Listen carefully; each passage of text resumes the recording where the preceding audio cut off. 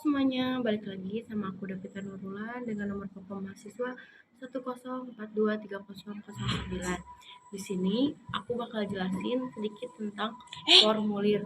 Jadi sistem informasi akuntansi, organisasi, formulir adalah catatan dan laporan yang dikoordinasikan sedemikian rupa untuk menyediakan informasi keuangan yang dibutuhkan oleh manajemen guna memudahkan pengelolaan perusahaan. Pengertian dari formulir sendiri adalah dokumen yang digunakan untuk merekam terjadinya transaksi. Nah, formulir juga disebut sebagai dokumen karena peristiwa yang terjadi di dalam organisasi direkam atau didokumentasikan di atas secara kertas. Ataupun formulir bisa juga disebut sebagai media karena formulir merupakan media untuk mencatat peristiwa dalam organisasi ke dalam catatan. Lalu ada beberapa contoh formulir. Yang pertama, formulir faktur penjualan, yang kedua formulir jurnal, yang ketiga formulir rekening buku jurnal dan lainnya. Lalu selanjutnya ada jenis-jenis formulir. Yang pertama, formulir satu set. Jadi formulir satu set ini bentuknya satu formulir dalam beberapa rangkap dengan isi yang sama. Contohnya yaitu faktur penjualan. Yang kedua, ada formulir continuous, yaitu berbentuk beberapa lembar yang dibatasi oleh frekuensi dalam dapat disobek bila diperlukan. Contohnya yaitu seperti printer komputer. Yang ketiga adalah formulir tanpa karbon. Jadi ada beberapa tembusan yang ada di dalam isi sekaligus tanpa karbon di isinya. Contohnya seperti tiket pesawat. Yang keempat, formulir dengan tinta magnetis. Jadi bisa dibaca dengan alat input atau langsung komputer. 5.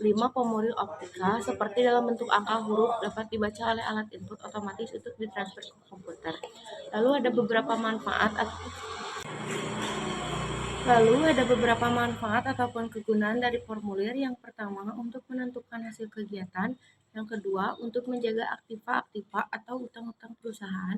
Yang ketiga, untuk memerintah suatu pekerjaan. Yang keempat, untuk penyusunan rencana kegiatan, penelitian hasil, dan penyesuaian rencana. Lalu, ada dua penggolongan formulir, yaitu menurut sumbernya dan juga menurut tujuan. Lalu, selanjutnya, ada informasi yang diperlukan dalam merancang kembali suatu formulir. Yang pertama yaitu yang bersangkutan dengan formulir sendiri, misalnya mengenai isinya, jumlah lembar, tembusannya, dan jenis kertas yang digunakan. Yang kedua yaitu yang bersangkutan dengan kegiatan penyediaan, pengisian, dan pencatatan informasi dari formulir tersebut.